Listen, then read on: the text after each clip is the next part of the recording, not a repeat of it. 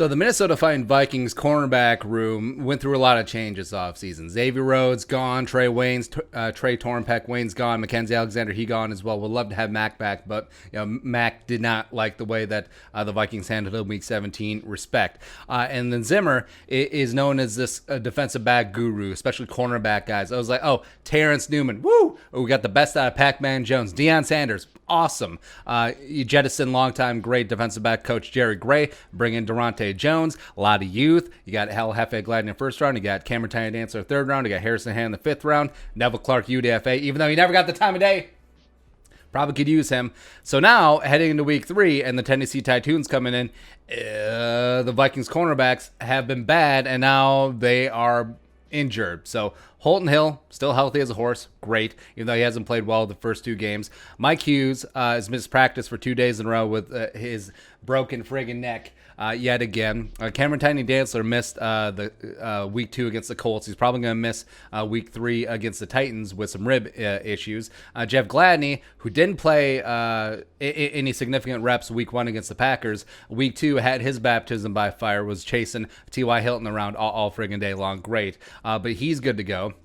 And now Kris Boyd popped up on the injury report because he strained a hamstring in practice. So now, what the hell are the Vikings going to do? So you got Holton Hill, you got Jeff Gladney. Those will probably be your 2 starters. The guy that would have been third up if Mike Hughes and Cameron Dantzler are out, Kris Boyd, the 7th round pick last year out of Texas, he gone, potentially. So now what?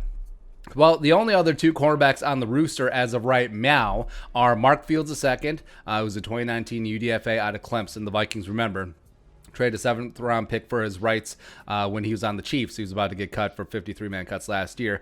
Had a very impressive camp, was working a lot with the second team slot corners, so could bring a little something there, as well as 5th round pick Harrison Hand, who has not seen the field. It was a healthy scratch week 2 against the Colts. So now, how are the Vikings going to work this out?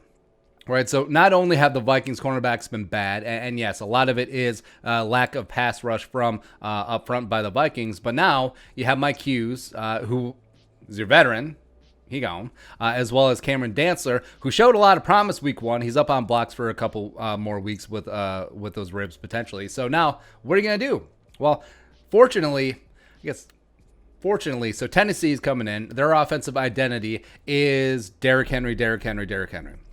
So the Vikings will sell out, try to stop number 22. They'll probably play a lot of base defense. So you are probably going to see a lot of times when the Vikings only have 2 cornerbacks on the field. And that's fine because the Titans are probably going to be without star wide receiver A.J. Brown, who's really stepping up and stepping out. But now, the Titans really only have 2 wide receivers of note left on the roster, so you're probably going to see a lot of heavy personnel out of them, especially multi-tight ends. Jonnu Smith is really stepping up, plus fullback Kari Blasingame. Remember him?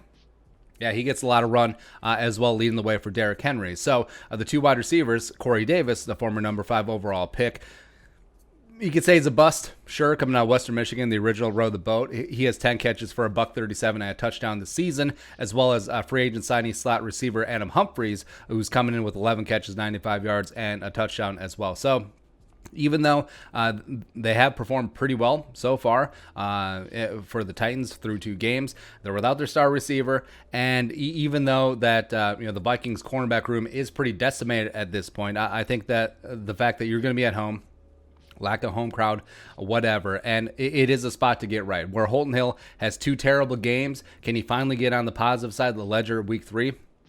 This is a spot to do it. I think that his size does match up well against Corey Davis. Jeff Gladney, where I think that with the lack of preseason, a lot of rookies, especially rookie cornerbacks, are going to have their come to Jesus, their whole deer in headlights moment. Dantzler had his week 1. Jeff Gladney had his week 2. So hopefully El Jefe can get right week 2. And I really do like his matchup against Adam Humphries, where both are more slot guys. And then I think Gladney's short area quickness. Remember, his 3-cone, throw that out, because remember, he's working with the meniscus at the combine. But he's got great speed and shiftiness. I think he matches up really well with what Adam Humphries does. So if the Vikings are able to stop Derrick Henry, that's a big if, big time if. But if they sell out to stop Derrick Henry and the Titans are forced to pass, I'm kind of okay. I'm kind of okay with the Vikings cornerback room, despite it being very hampered by injuries. Obviously would like Hughes back. Obviously would like Cameron Dantzler in the mix. Obviously would like Kris Boyd there. But if it does come down to Holton Hill, Jeff Gladney, maybe you mix in Mark Fields a second, maybe you see some Harrison Hand, I think they'll be okay. I think they could potentially be okay week 3. So your thoughts? Vikings cornerback room banged up. Woo! Let us know in the comment section below. Subscribe for daily Vikings takes. If you want to support that work, post on the Venmo. But until next time, Skol, production value.